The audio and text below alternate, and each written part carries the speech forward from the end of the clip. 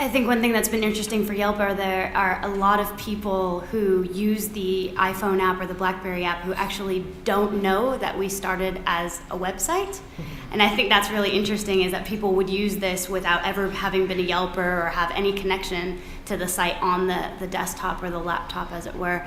And I think in terms of exciting developments, we have brought the sales and specials feature to the iPhone application. So you can actually not only see what's hot on Yelp, which are the most bookmarked businesses near the place where you are, but you can actually also see the sales and specials or offers that are being given by small business owners in the area where you are as well. And I think that's certainly something that you'll probably see a lot more iteration on in a lot of these platforms. That's quite exciting.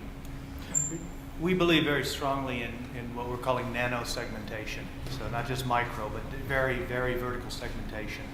From the application you're looking at to the data that it shows you, which can be both specific to the type of app and specific to you as an individual, to the context it puts you in, which is both your time, location, and your social context, who you're connected to, what they've thought about the area.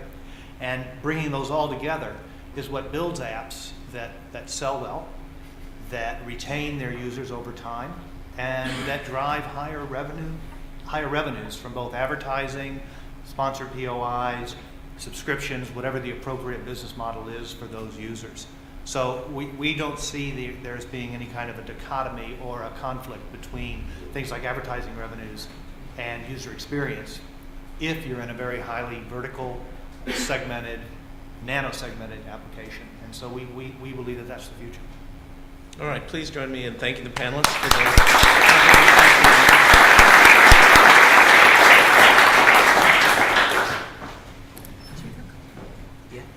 Thanks very much. We're going to break for lunch now, 45 minutes. So if we could be back here at 1:30 for Bernie's afternoon keynote, that would be fantastic. So thanks again for everybody this morning. It was a great session. too much pressure. No, it's fine. Quick and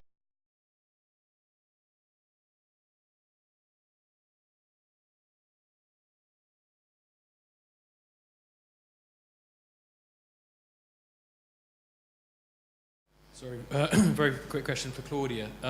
When you said you were going to add content to calls in real time, do you just see yourself putting content essentially onto the mobile itself? Or are you talking about interrupting the call at all, or is it just it's facilitating potentially advertising and things like that on the screen? Well, it's basically before, during, or after the call where you can add it. At the moment, we're doing it while it's ringing, so it's actually before the call and after the call. I'm not a big fan of this disruption of calls. So, you know, the user experience needs to be smooth, but actually it's always contextually relevant to the call, and it happens immediately. So the user can actually, he feels this is related to the call. It doesn't happen 5 minutes later. I want to pose a question to Rob and Miriam. You both have similar sites, local search review sites, communities, and you both have a PC and a mobile presence. What can you say one or two things, each of you, that is different about usage in the mobile space versus the PC, and maybe one thing that surprised you about that? One thing that we see is that the usage on the desktop is very high during the week, whereas the mobile usage is a bit lower, and then we see it spike on the weekend, and basically we attribute that to people are planning their nights out from their desk during the week, and they're planning it on the go with their phone in their hand at the weekend. yeah, the biggest search term, the most popular search term we have for London at 1 o'clock in the morning on a Saturday is kebab. So that tells you what people are doing when they're out at 1 in the morning. But we find very similar things. But I think it's the spontaneity of the mobile platform which really is visible to me as someone who's looking at these reviews day in, day out all the time. And you can see that, yes, normally they're shorter, but there's less.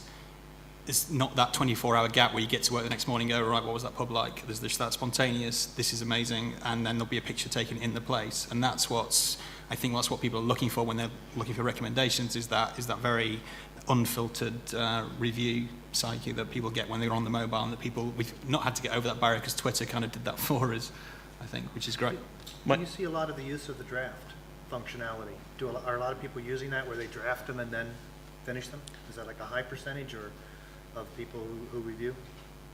We don't have the draft facility on our You app. so- mentioned, did they? Yes, the draft feature is something that's used quite a lot, but I think the quick tips has actually overtaken that, which is the 140 character tip that someone can upload and then will also show on the desktop site next to their profile.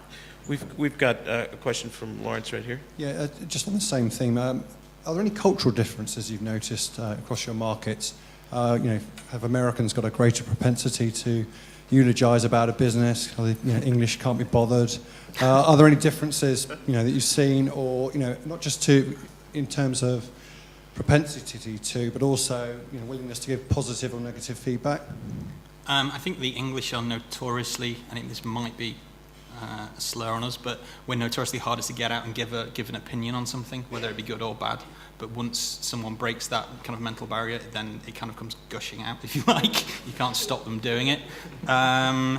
And I know we're across, I guess our biggest markets are France, Germany, and the UK, and there is a big kind of difference between the types of people that we have reviewing, which is great, because if you look at something like Foursquare, which has come out in the past months, got a lot of column inches, I think they're having a lot of 20-somethings running around London or New York reviewing things, or just checking into places. And it's a very thin strata of information you've got there about your city. It's very useful if you're a 20-something living in London, but in Germany we have this huge propensity for maybe 35, 40-year-olds to go out and fine dining and then show off to their kind of peers at the restaurant they've been to. That happens a lot in Germany. France, it's kind of 20-something females, whereas in the UK, it's more early 30 males. Just looking at the general statistics. So I don't know why that is, but there's a difference, yes, but it's not massive. Unfortunately, we're out of time. Just as we're actually getting going, we can do 5 more minutes? Oh, great. Okay, that's an eternity. All right. Rob, do you want to continue? Or Miriam, do you want to add something about the differences in your markets? Got to give a shout out to the Canadians in the room.